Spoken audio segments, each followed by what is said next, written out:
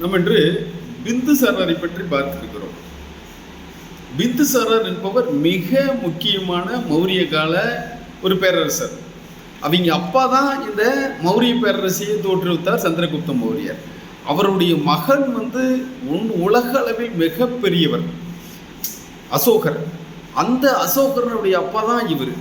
அதனால் இவருடைய வரலாற்றை அப்படியே லைட்டாக விட்டுருவாங்க.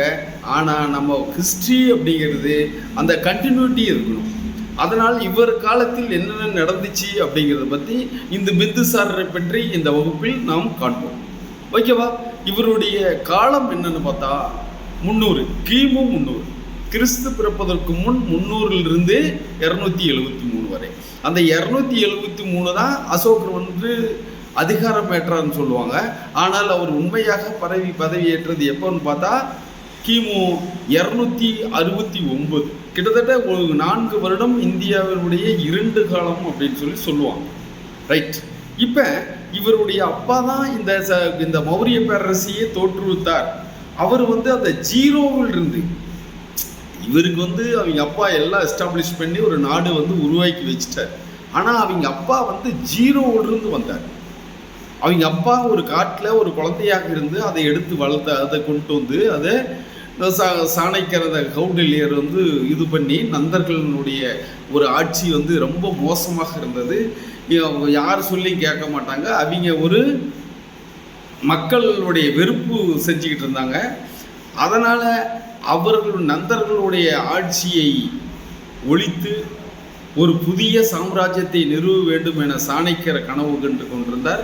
அந்த கனவுக்கு ஆதரவாக இந்த சந்திரகுப்தர் அவருடைய ஆட்சியெல்லாம் எப்படி எஸ்டாப்ளிஷ் பண்ணாங்க அப்படின்னு சொல்லி அவருடைய சந்திரகுப்த மௌரியர்களுடைய ஹிஸ்ட்ரியில் பார்த்தோம். இப்போ அவருடைய மகன் தான் இவர். ரைட். இவர் அப்பா தான் அவர் அப்படின்னா அவங்க அம்மா யாருன்னு தெரிஞ்சுக்கணும். இப்போ நம்ம ஃபஸ்ட் குரூப்பு செகண்ட் குரூப்பு இது மாதிரி பெரிய ஒரு டிஸ்கிரிப்டிவ் டைப் எழுதுகிறோம்னா சும்மா 1 லைன் 2 லைன் மட்டும் எழுந்தால் பத்தாது. இப்போ எல்லாமே everything going on analytical questions இந்த டிஸ்கிரிப்டிவ் டைப்பில் நமக்கு வேணும். இவர் பற்றி டேட்டா எங்கே நான் தேடினாலும் நமக்கு கிடைக்கணும். அப்படின்னா என்ன சொல்கிறாங்கன்னா தூர்தாரா. இவங்க அம்மா தூர்தாரா. இந்த தூர்தாரா யாருன்னு பார்த்தா இவர் அலெக்சாண்டருடைய தளபதி செல்யூக்கஸ் நிக்கோடர். அலெக்சாண்டருடைய தளபதி செல்யூக்கஸ் நிக்கோடர் அவர் இந்தியாவுக்கு கிமு 326 படையெடுத்தார். படையெடுத்து இங்கே அந்த வடமேற்கு பகுதியெல்லாம் பிடிச்சிட்டு மறுபடியும் இந்தியாவினுடைய அடுத்த பகுதிக்கு செல்லாம் போது அவனுடைய படை வீரர்கள்லாம் மறுத்துருவாங்க, முடியாதுன்னு சொல்லிடுவார். அதனால் அந்த பகுதியை விட்டு இந்தியாவை விட்டு திரும்ப தன்னுடைய நாட்டுக்கே திரும்பி போயிடுவார். அந்த விட்டு போன பகுதிகள் அவருடைய தளபதி ஒருத்தர் செல்யூக்கஸ் நிக்கோடர். அந்த செல்யூக்கஸ் நிக்கோடர் தான் அந்த வடமேற்கு பகுதியில் ஆண்டு கொண்டிருந்தார். அவரை இவங்க அப்பா சண்டைக்கு போய் அவர்கிட்ட சண்டை செஞ்சு போருக்கு போய் அவர் இவருடைய சந்திரகுப்த மௌரியருடைய சண்டை செய்ய முடியாமல் போரிட முடியாமல் ஒரு உடன்படிக்கை செய்து கொண்டு இந்த தன்னுடைய மகளை தூர்தாராவை சந்திரகுப்த மௌரியருக்கு திருமணம் செய்து வைக்கிறார். ஓகேவா?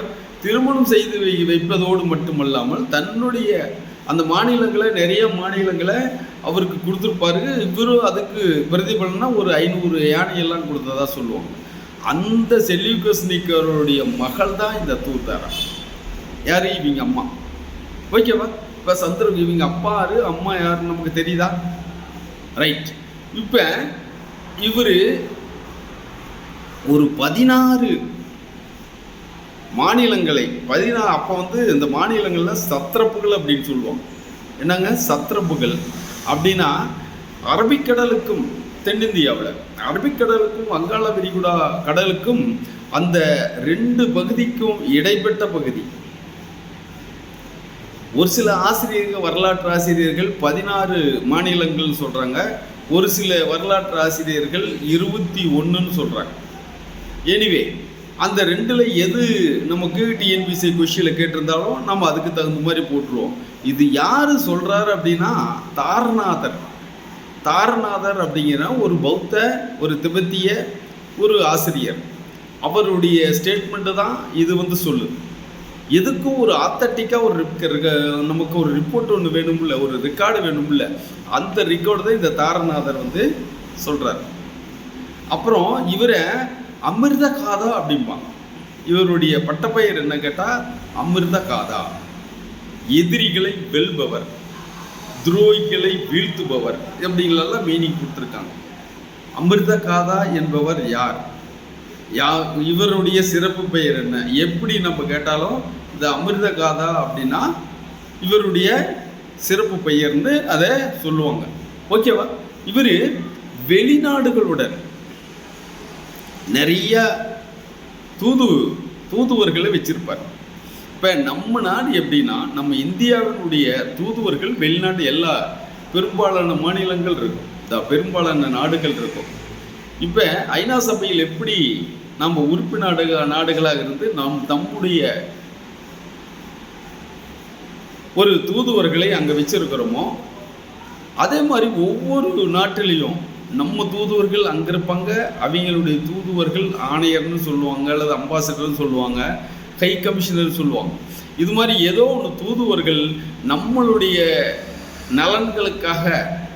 இப்போ அமெரிக்காவில் நம்மளுடைய தூதுவர் ஒருத்தர் அங்கே எம்பசி இருந்துச்சுன்னு, நம்மளுடைய எம்பசி அங்கே இருக்கும், அவங்களுடைய எம்பசி இங்கே இருக்கும். நமக்கு என்னென்ன தேவைகள் வேணுமோ இந்த எம்பசி மூலமாக அங்கே நம்ம கேட்போம், அமெரிக்காவில் கேட்போம், எங்களுக்கு இதெல்லாம் தேவைப்படுது, நாங்கள் இதெல்லாம் எங்ககிட்ட வந்து சர்ப்ளஸாக இருக்குது, எங்களுக்கு இந்த டெக்னாலஜி வேணும் அப்படின்னு சொல்லி நம்ம ஒரு அக்ரிமெண்ட் போட்டு அந்த தூதரகத்தின் தூதுவர் மூலமாக அல்லது அம்பாசிடர் மூலமாக, ஹை கமிஷனர் ஏதோ ஒரு பேர் வச்சுக்காங்க, அவர்கள் மூலமாக அந்த டீலிங் நடக்கும். இப்போ ஆனால் அப்பயே மௌரியர் கிமு, இவர் பீரியட் பாருங்க, கிமு 300லிருந்து 273ன்னு சொல்கிறாங்க. கிட்டத்தட்ட ஒரு 27 ஆண்டுகள் இவர் ஆண்டுகிட்டு இருந்திருக்காங்க. 27 ஆண்டுகளில் இவர் பாருங்க, இது மாதிரி அந்த ஹை கமிஷனர்லாம் வச்சிருக்காங்க பாருங்க. எகிப்திய பேரரசர், எகிப்திய அரசர் 2ஆம் டாலமி டயோனிகஸ் அப்படிங்கிறவரை பாடலிபுத்திரத்திற்கு தூதுவராக அனுப்பியிருக்கிறார். எகிப்திய மன்னர் 2ஆம் டாலமி தன்னுடைய தூதுவரை பாடலிபுத்திரத்துக்கு அனுப்பிச்சு, அப்பயே அந்த இன்டர்நேஷ்னல் லிங்கெல்லாம் இருந்திருக்கு. ஒரு வணிக உறவாகட்டும், ஒரு மற்ற டிரான்சாக்ஷன் ஆகட்டும், ஒரு கலாச்சாரம், ஒரு நல்லது கெட்டது. இப்போ நாம் எப்படி ஒரு உறவினரை கூப்பிட்டு ஒரு நல்லது கெட்டதுன்னா எல்லாம் பண்ணிக்கிறோம், நமக்கு வேண்டியது அங்கிருந்து வரும், அங்கே வேண்டியது இது மாதிரி நாடுகளுக்கும் அப்படியே தான் இருக்குது. இப்போ எகிப்தினுடைய தூதுவர் அங்கே இருக்கார். அதே மாதிரி அந்த செல்யூக்கஸ் நிக்கோடர் இந்தியாவினுடைய வடமேற்கு பகுதியை ஆண்டார் அல்லவா, அவர் எல்லாம் கம்ப்ளீட்டாக இவரு பிடிக்கல, சந்திரகுப்தர் எல்லா பகுதியும் பிடிக்கல. அதில் ஒரு சில பகுதிகள் அவர் கையில் இருந்துச்சு. யார்? செல்யூக்கஸ் நிக்கோடர் கையில் இருந்துச்சு. அவருக்கு பின்னாடி ஆன்டியோகஸ் அப்படிங்கிற ஒரு தளபதி அதை ஆண்டுகிட்டு இருப்பார். அவருடைய தூதுவர் தீமகோஸ் அப்படிங்கிறவர். இதெல்லாம் ஒரு ஃபர்ஸ்ட் குரூப்பு, செகண்ட் குரூப்பில் இது இன்டெப்த்தாக போகுதுங்க. இன்டெப்த்தாக தான் நமக்கு வேணும். அவன் எந்த டைரெக்ஷனில் பிந்துசாரர் சாப்டர் எடுத்துட்டு அவன் எங்கே எப்படி கேட்டாலும் நமக்கு ஆன்சர் இருக்கணும். ஓகேவா? அந்த அளவுக்கு we will go through in penetrate in deeply. அதாவது அந்த கடைசி வரலும் போய் இது பண்ணும் அப்படிங்கிறது, ஆணி வேறு வரலும் போகணும்னு சொல்லணும்ல, அது மாதிரி அந்த டேட்டா வந்து எங்கேருந்து எப்படி கேட்டாலும் நம்ம சொல்ல தெரியணும். அதுதான் பிந்துசாரரை பற்றி நிறைய வீடியோஸ் இருக்காது, எல்லாம் லிங்க் பண்ணி தான் போட்டிருப்பாங்க. அசோகர் கூட ஏதோ ஒரு 2 வரி சொல்லுவாங்க, இல்லை சந்திரகுப்த மௌரியர் பற்றி சொல்லும்போது ஒரு 2 வரி 4 வரி சொல்லிடுவாங்க. நாம் தான் இவ்வளோ டீப்பாக போய் ஒவ்வொரு பார்ட்டும் பார்த்துட்ருக்கோம். ஓகேவா? History is a must. அது தெரிஞ்சாதான் அடுத்து நம்ம எல்லாம் பண்ணிக்கிட்டு இருக்க முடியும். ஓகேவா? இப்போ கிமுவும் பார்த்துட்ருக்கோம். கிமு 300லேருந்து 273 பிந்துசாரருடைய ஹிஸ்ட்ரி. ரைட். இப்போ அந்த செல்யூக்கஸ் நிக்கோடர் ஆண்ட பகுதியில் ஆன்டிகோஸ் அப்படிங்கிறவர் இருப்பார். அவருடைய தீமகோஸ் அப்படிங்கிறவரை பாடலிபுத்திரத்துக்கு தூதுவராக அனுப்பிச்சிருப்பார். அதுக்கு அடுத்து சிரிய நாட்டினுடைய சிரியா அந்த நாட்டினுடைய தூதுவர் டெமாக்கஸ் அப்படிங்கிற ஒரு தூதுவரை பாடலிபுத்திரத்துக்கு அனுப்பிச்சிருப்பாங்க. கிட்டத்தட்ட ஒரு 3 நாட்டு தூதுவர்களை இவர் அப்பயே வச்சிருக்கார்.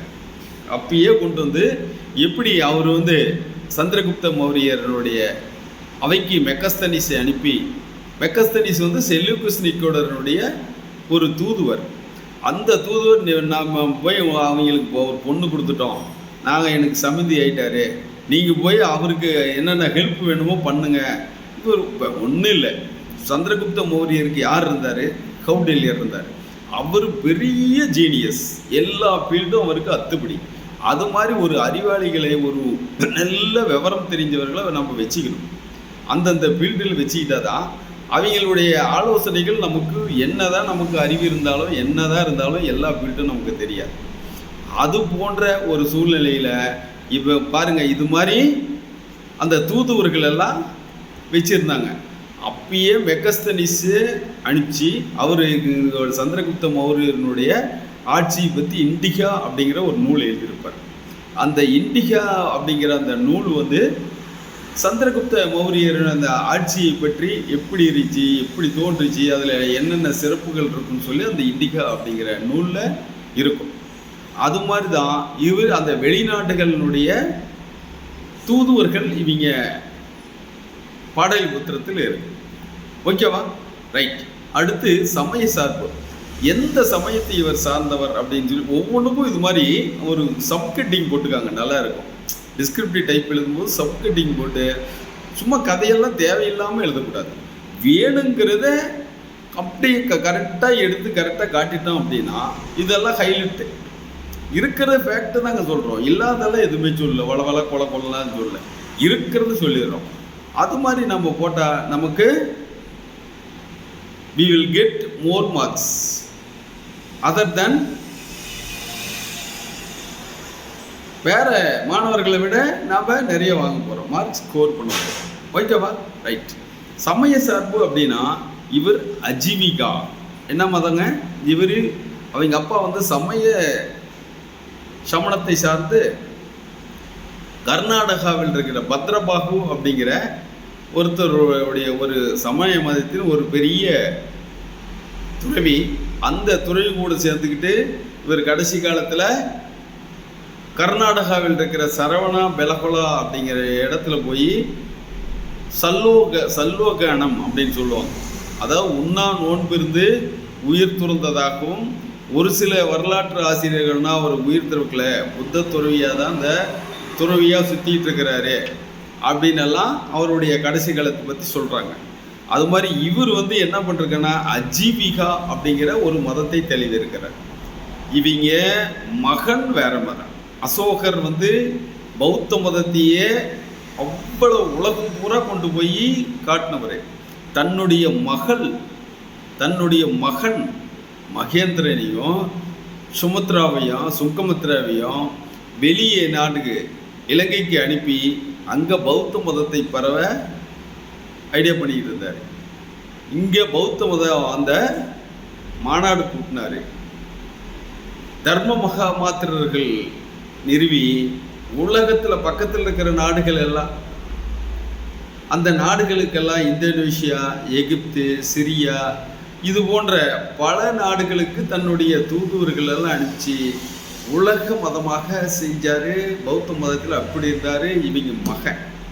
இவங்க அப்பா வந்து சமண மதம். இதை நம்ம what is the difference between Chandragupta மௌரியர் அப்புறம் இவர் போட்டு இது மாதிரி ஒரு வித்தியாசமாக நம்ம அதை காட்டினோம்னா அது அந்த வரலாற்று ஆசிரியர்களுக்கு நம்ம பாடத்தை நம்மளுடைய பேப்பரை எடுத்து திருத்துறவங்களுக்கு ரொம்ப நம்மளை பிடிச்சி போயிடும்.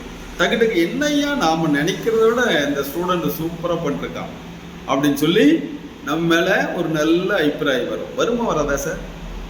கண்டிப்பாக வரும். அது மாதிரி இருக்கிறத நம்ம நல்லா ஹைலைட் பண்ணி காட்டிட்டோம்னா அசோகர் இப்படி, அவங்க அப்பா இப்படி, இவர் வந்து அஜீவிகா மதத்தை சேர்ந்தவர் என்ற இவர் யாருன்னு பார்த்தா இவருடைய விரோதி மகாவீரனுடைய சமண மதத்தை தோற்றுவித்தவனுடைய எதிரி கோசலா அப்படிங்கிறவர். அவர் தான் இந்த மதத்தை தோற்றுவித்திருப்பார். அந்த மதத்தில் இவர் இருப்பார். இவருக்கு முன்னாடியே அஜாத்சத்ரு, உதயணன் அவங்கெல்லாம் இருப்பாங்க. அவங்க வந்து அந்த 16 மகா ஜனபதங்கள் இருக்குமே, பிம்பிசாரருக்கு அடுத்து வர்றவர் யார்? அஜாத்சத்ரு, இந்த உதயணன்லாம் அங்கே ப்ரீவியஸ் ஹிஸ்ட்ரியில் அவங்கெல்லாம் இந்த அஜீவிகா மதத்தை சேர்ந்தவர்களாக இருப்பார்கள். இவருடைய மனைவி பேர் என்ன பார்த்தா சபாத்ரங்கின்னு சொல்லுவாங்க. அந்த அம்மாவும் வந்து இவருடைய மனைவியும் இந்த அஜீவிகா மதத்தை சேர்ந்தவர்களாக இருக்காங்களாம். ஆனால் இவருக்கு இந்த மனைவி மட்டுமல்லாமல் பிராமண மதத்தை சேர்ந்த பல மனைவிகள் இவருக்கு இருந்ததாகவும் 100க்கும் மேற்பட்ட வாரிசுகள் இருந்ததாகவும் ஒரு தகவல்கள் வருகின்றன. எது எப்படி இருந்தாலும் தன் தகப்பன் கட்டிக்காத அந்த ஒரு பேரரசை அப்படியே கொண்டு போய் மகன்கிட்ட கொடுத்துட்டார். யாருக்கிட்ட? அசோகர்கிட்ட கொடுத்துட்டார். அந்த பெருமை இவருக்கு சாரும். அவர் அப்பாவை விட இவர் ஒரு 16 அல்லது 21 மாநிலங்களை வென்றதாக கூறுகிறது.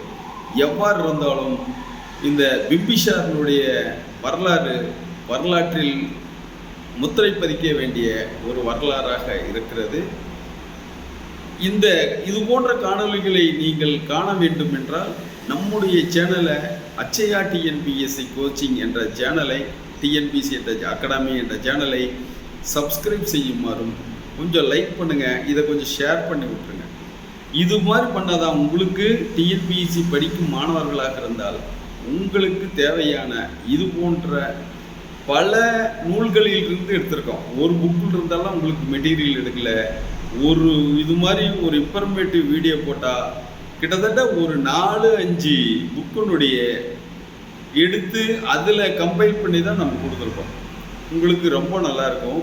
நம்மளை ஃபாலோ பண்ணுங்கள், இதை கொஞ்சம் ஷேர் பண்ணி விடுங்க. நம்ம சேனலை கொஞ்சம் சப்ஸ்கிரைப் பண்ணாதான் இது மாதிரி இம்பார்ட்டன்ட் வீடியோஸ் எல்லாம் உங்களுக்கு வந்து சேரும். ஓகேவா? தேங்க்யூ.